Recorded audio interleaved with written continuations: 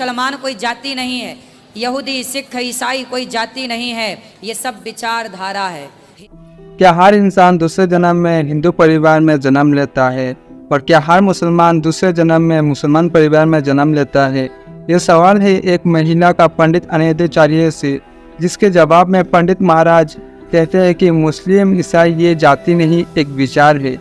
अस्सलाम वालेकुम दोस्तों, आपका स्वागत है हमारे चैनल जन्नत टीवी लाइव पर। मेरा नाम है सोहेल। आज फिर से लेके आया हूँ एक और न्यू वीडियो। तो चलिए वीडियो स्टार्ट करते हैं और फिर देखते हैं डॉक्टर जाकिर नाइक इसके बारे में क्या कहते हैं। मेरा क्वेश्चन ये है कि जैसे कोई बच्चा लड़का या लड़की हिंदू पैदा होता है, मतलब सनातनी पैदा होता है, तो वो क्या हर जन्म में हिंदू बनता है? और जो मुस्लिम घर में पैदा होता है वो क्या मुस्लिम समाज में ही हर बार पैदा होता है? और क्रिश्चियन का भी ऐसा ही रहता है क्या? ये मैं जानना चाहती हूँ। मैया, भगवान ने ना हिंदू बनाए ना मुसलमान, ना सिख बनाए ना ईसाई, ना यहूदी बनाए ना पारसी। भगवान ने तो केवल इंसान बना के भेजा था। यहाँ आके वो जातियों में, धर्मों में, मजहब में, पंथों में परिवर्तित हो गए मेरी माँ। और इंसान इस तरह बट गया कि आज इंसान ही इंसान का सबसे बड़ा दुश्मन हो गया। भगवान रोते होंगे ये देखकर, भगवान रोते होंगे ये देखकर कि जब हम इंसान आपस में धर्म मजहब पंथ के नाम पर लड़ते हैं। भगवान ने कहा था, भगवान कहते हैं, मैंने देखो जब पानी बरसता है ना तो सारी बूंदें एक सी होती हैं, पर जो बूंद गंगा में गिरती है वो गंगा जल हो जाता है, नाले में गिरता है नाला बन जाता है। ईश्वर ने सबको मनुष्य का शरीर देकर भेजा था। यहाँ की संगति जैसी जैसी मिली, मुसलमानों की संगति मिलने से मुसलमान हो गए, हिंदुओं की संगत मिलने से हिंदू हो गए, सत्य की संगत मिलने से सत्यवादी हो गए, झूठ की संगत मिलने से झूठा हो गया।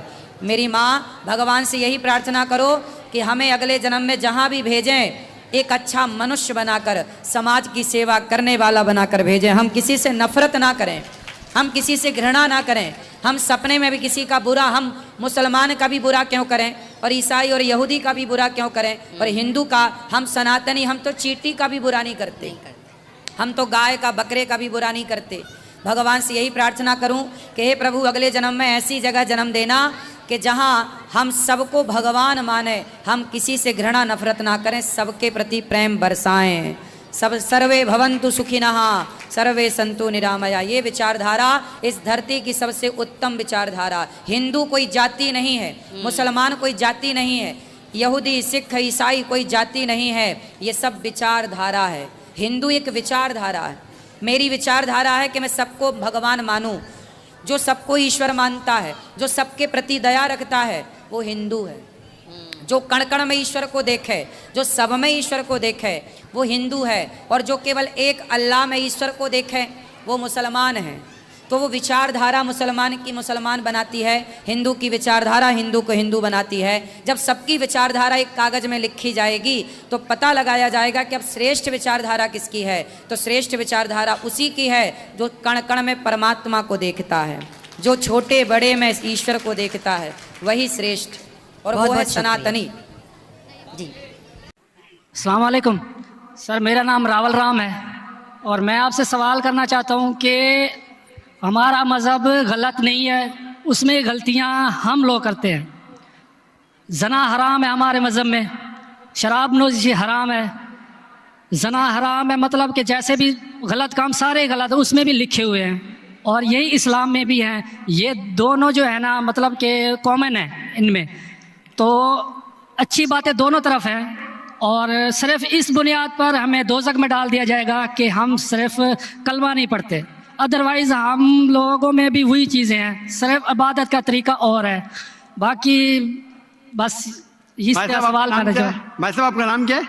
रावल राम। रावल राम जी जी। रावल राम ने एक अच्छा सवाल पूछा जी। उसने कहा कि उनकी मज़हब किताब में भी ज़िना हराम है, बिल्कुल सही फरमाते।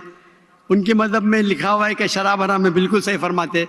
आपने अगर मेरी तकरीर सुने, हिंदुइज्म और इस्लाम में यकसानियत, आपने सुने वो तकरीर को?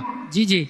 अच्छा, वो तकरीर में लिखा है हिंदू मज़हब में दो किस्म के किताबें हैं, एक श्रुति और एक स्मृति। श्रुति मतलब वो किताब जो भगवान की तरफ से आती है, भगवान की तरफ से, स्मृति वो किताब जो इंसानों ने लिखी है।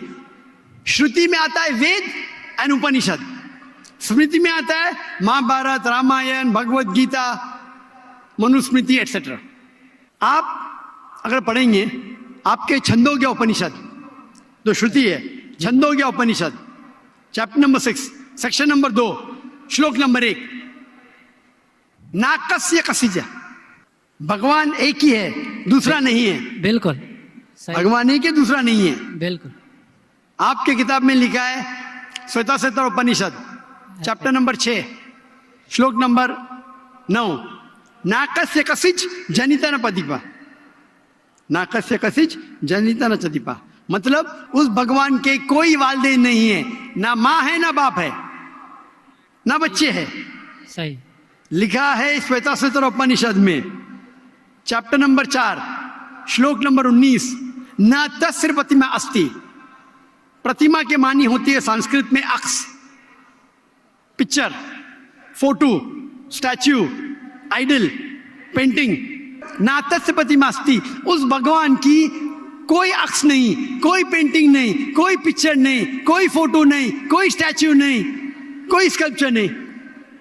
ये लिखा है यजुर्वेद चैप्टर नंबर 32 श्लोक नंबर 3 में भी, ना तस्य प्रतिमा अस्ति। तो आप अगर भगवान को मानते हैं और भगवान की मूर्ति बनाते हैं तो गलत है। आपके किताब के हिसाब से कुरान मजीद को बाजू रखो, हदीस को बाजू रखो। आप मूर्ति पूजा में मानते हैं भाई साहब? सर मैं सिर्फ कृष्ण भगवान की मूर्ति पे मानता हूँ, अदरवाइज देवता हैं वो मतलब उन पे सजदा नहीं कर सकते। अच्छा। सिर्फ कृष्ण भगवान को सजदा कर सकते, उसकी मूर्ति भी जायज़ है। ये कहाँ लिखा है कि कृष्ण भगवान की मूर्ति जायज है? किधर लिखा है? क्योंकि वो सर बताइए। मेरे हिसाब से वो खुदा है हमारा, इसलिए। बराबर, हमारे हिसाब से मैं भी अल्लाह में मानता हूँ, लेकिन अल्लाह की मूर्ति नहीं बना सके वो ही अल्लाह में मानता हूँ। अगर अल्लाह की मूर्ति बना सके तो वो अल्लाह ही नहीं है। वलम यकुल लहू कुफुवन अहद। भाई साहब भाई, हमारे गैर मुसलमान भाई मुझसे सवाल पूछ रहे। तकबीर अच्छी बात है, लेकिन अभी सवाल जवाब हो रहा है। तो मेरी दरख्वास्त है कि जब गैर मुसलमान भाई पूछते तो उन्हें डरने लगना चाहिए। उन्हें लगना चाहिए कि आपस में हम भाईचारा है। सही, उनको डरने लगना चाहिए। डरते नहीं माशाल्लाह, लेकिन आप ऐसा मत करो कि वो डर जाए। नहीं बराबर ना? तो आप डरिए मत भाई साहब, ये खाली तकबीर कह रहे। नहीं सर। तो हमारे हिसाब से जी। जिस की मूर्ति बना सके वो अल्लाह ही नहीं, और ये वेद में भी लिखेला है। आप इस्कॉन में मानते हैं? सर वो तस्वर है, वो नहीं, हमें भी पता है कि उसमें खुदा नहीं है, वो एक तस्वर है। हाँ, हमारे इसमें खुदा का तस्वुर करते मूर्ति बनाए तो गलत है। तो यही मैं कहता हूं, आप अपनी किताब का अमल नहीं कर रहे। आप अपनी किताब का सही अमल करेंगे तो आप भी जन्नत में जाएंगे। सही बात है, बिल्कुल। तो कुरान में नहीं क्या करते ना, हम अपना मजहब पे मतलब फॉलो नहीं करते सही तरीके से। जी जी, मेरा फॉर्मूला बहुत इजी है। सही। कुरान मजीद में लिखा है सूरह इमरान में सूरह नंबर 3 आयत नंबर 64 में, तालौ इला कलिमतिन सवाइम बैना बैनकुम, आओ हम उस बात की तरफ जो आप और हम में यकसा है। सही। अपन आज माने जो आप और हम में यकसा है, कम से कम उस पर तो अमल करे। मेरा फॉर्मूला यूनिवर्सल है, पूरा भाईचारा है। मैं कहता हूं भाई बाइबल को लेके आओ, वेद को लेके आओ, कुरान को लेके आओ। वेद काफी बड़ी है, जी जी। बाइबल कुरान से 3 गुना बड़ा है। हम आज वादा करें कि जो यकसा है कम से कम उस पे तो अमल करे। जो यकसा नहीं उसको साइड पे रखेंगे, कल बहस करेंगे। जो यकसा उस पे तो अमल करे। बाइबल में लिखा है, वेद में लिखा है खुदा है कि खुदा का अक्स नहीं। अगर आप खुदा का अक्स बनाते तो आप वेद के खिलाफ जाते। सिर्फ कृष्ण का बनाओ तो भी गलत है। सर वो भगवत गीता में लिखा है, इसलिए। आप भगवत गीता स्मृति है, भगवत गीता महाभारत का हिस्सा है, सही क्या नहीं? सही। तो महाभारत एक स्मृति है। स्मृति श्रुति के खिलाफ नहीं जा सकती है। अगर स्मृति और श्रुति में टकराव है तो हम श्रुति को मानेंगे, स्मृति को नहीं। वेद और उपनिषद सबसे ऊपर है। सही। तो आपका एक पीएचडी टीचर है, वो कुछ कहता है, और एक बैचलर है। आप पीएचडी वाले उस्ताद को मानेंगे या जो बैचलर की डिग्री वाले उस्ताद को मानेंगे? किसको मानेंगे? कौन से उस्ताद को मानेंगे? PhD sir. पीएचडी। तो आपका पीएचडी वेद है। सही।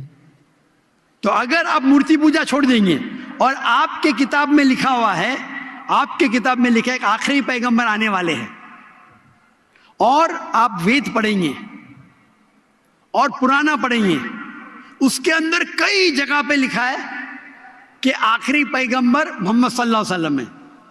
आप अगर कल की पुराना पढ़ेंगे, भविष्य पुराना भी है, कल की पुराना है, और आप मेरी तकरीर सुनेंगे, एक तकरीर है मेरी मोहम्मद सल्लल्लाहु अलैहि वसल्लम का जिक्र हिंदू मजहबी किताबों में। वक्त की किल्लत होने की वजह से सिर्फ मैं छोटी पॉइंट कहूंगा। सही। आप अगर कल की पुराना पढ़ेंगे, चैप्टर नंबर 2, श्लोक नंबर 5, 7, 11, 15, 17, उसमें लिखा है क्या, एक अवतार आएंगे, आखिरी अवतार आएंगे, जिसके वालिद का नाम है विष्णु यास। विष्णु मतलब भगवान, जी जी। यास मतलब उसका बंदा, उसका सर्वेंट।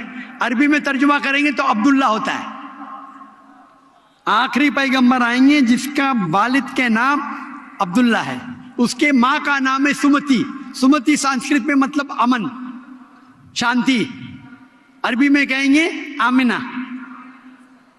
मोहम्मद सल्लल्लाहु अलैहि वसल्लम के माँ का नाम था आमिना। वो पैदा होंगे एक अमन शहर में, मक्का। उस शहर के ग्रोह के लीडर के कबीले में पैदा होंगे, कुरैश के कबीले में। उसके 4 करीब दोस्त होंगे। जिक्र हो रहा है खुलफा राशिदीन का। और मोहम्मद सल्लल्लाहु अलैहि वसल्लम का जिक्र तो बहुत लंबा है, 2 घंटे की तकरीर दे सकता हूं मैं। सही। तो अगर आप अपनी किताब में मानते, आपको मानना पड़ेगा कि आखिरी पैगंबर मोहम्मद सल्लल्लाहु अलैहि वसल्लम है। आप मानते कि आखिरी पैगंबर मोहम्मद सल्लल्लाहु अलैहि वसल्लम है? सर मैं पढ़ी नहीं है, मैं भी बस ऐसे मतलब कोई सही तरीके से नहीं पढ़ा है, इसलिए मुझे पता नहीं है उसमें। नहीं पढ़ा तो गलती किसकी, मेरी या मेरी गलती है, मैं मान रहा हूँ। तो और आप हमारे मेरी- ऐसे तो करोड़ों आप- लोग हैं जो नहीं फॉलो करते हमारे मजहब को, इसीलिए हिंदुस्तान में जब मेरी तकरीर होती है जी जी तो हिंदू का मजमा इससे बड़ा होता है। बिल्कुल देखा है। 5 लाख, 10 लाख, 25%, 20% गैर मुस्लिम होते, 20% हिंदू होते। तो 10 लाख का 20% कितना हुआ? 2 लाख। ये 2 लाख का तो मजमा नहीं ना, क्योंकि हिंदुस्तानी मुझसे मोहब्बत करते हैं जी और गैर मुस्लिम भी मोहब्बत करते हैं। बिल्कुल। वो पॉलिटिशियन है जो प्रॉब्लम होता है उनको, वोट बैंक का प्रॉब्लम है। अरे हम लोग तो हार जाएंगे अभी। हिंदू जब मेरी तकरीर सुनते कहते कि 2 घंटे में हमने वो सीखा जो हमने 40 साल हमें पता नहीं था। सही। अभी जो मैं हवाला दिया, रेफरेंस के साथ आपकी किताब का हवाला दिया, तो आप अगर सच्चे हिंदू है तो आपको मानना पड़ेगा कि एक भगवान है। उस भगवान की मूर्ति नहीं है, उसके आखिरी पैगंबर मोहम्मद सल्लल्लाहु अलैहि वसल्लम है।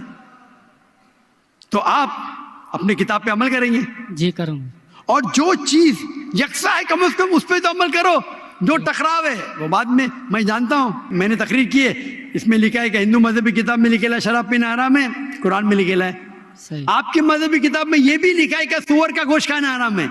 सही। और आपकी किताब कुरान से सख्त है, उसमें लिखा है कि अगर आप सुअर का गोश्त बेचेंगे तो उल्टे पैर और उल्टे हाथ काटना चाहिए। ये किधर हदीस में नहीं लिखेला है, ना कुरान में लिखेला। आपकी मजहबी किताब मनुस्मृति में लिखा हुआ है कि आप उल्टे हाथ और उल्टे पैर काटो अगर वो सुअर का गोश्त बेचता है तो। सही। तो अगर आप सही हिंदू है, आपकी मजहबी किताब पढ़ो। आपकी मजहबी किताब में लिखा हुआ है कि आखिरी पैगंबर आएंगे और आखिरी पैगाम देंगे। आखिरी पैगंबर मोहम्मद सल्लल्लाहु अलैहि वसल्लम है और आखिरी पैगाम है कुरान मजीद। सही। तो अगर आप सच्चे हिंदू हैं तो आपको कुरान मजीद और मोहम्मद सल्लल्लाहु अलैहि वसल्लम की बात मानना पड़ेगा। आप देखेंगे हिंदुस्तान में हजारों की तादाद में हिंदू इस्लाम कबूल किए। अल्लाह हिदायत दिया, मेरे वजह से ने अल्लाह ने उन्हें हिदायत दिया।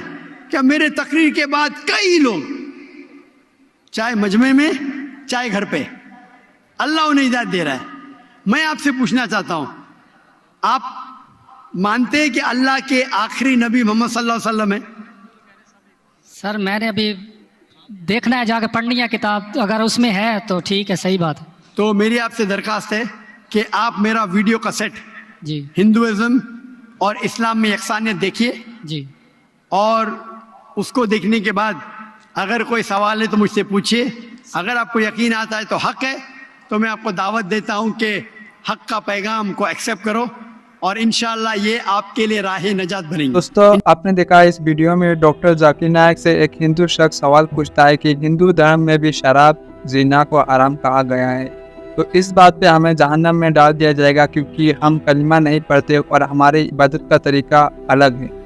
तो उनके जवाब में डॉक्टर जाकिर नायक उनको उन्हीं का किताब का हवाला देकर उनको बताते हैं कि आखिरी दौर में एक अवतार आएंगे दुनिया में जिनका बाप का नाम होगा अब्दुल्ला और उनकी माँ का नाम होगा अमीना, और उनके 4 साथी होंगे जो कि हमारे प्यारे नबी मोहम्मद सल्लल्लाहु अलैहि वसल्लम की बात कर रहे हैं और जो कहते हैं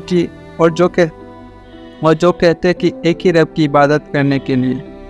दोस्तों आशा करता हूँ आपको मेरी वीडियो अच्छी लगी होगी। अगर वीडियो पसंद आती है तो लाइक और शेयर करें। अभी आपसे अलविदा लेता हूँ, फिर से मुलाकात होगी एक और न्यू वीडियो के साथ। तब तक जज़ाकल्लाह खैर।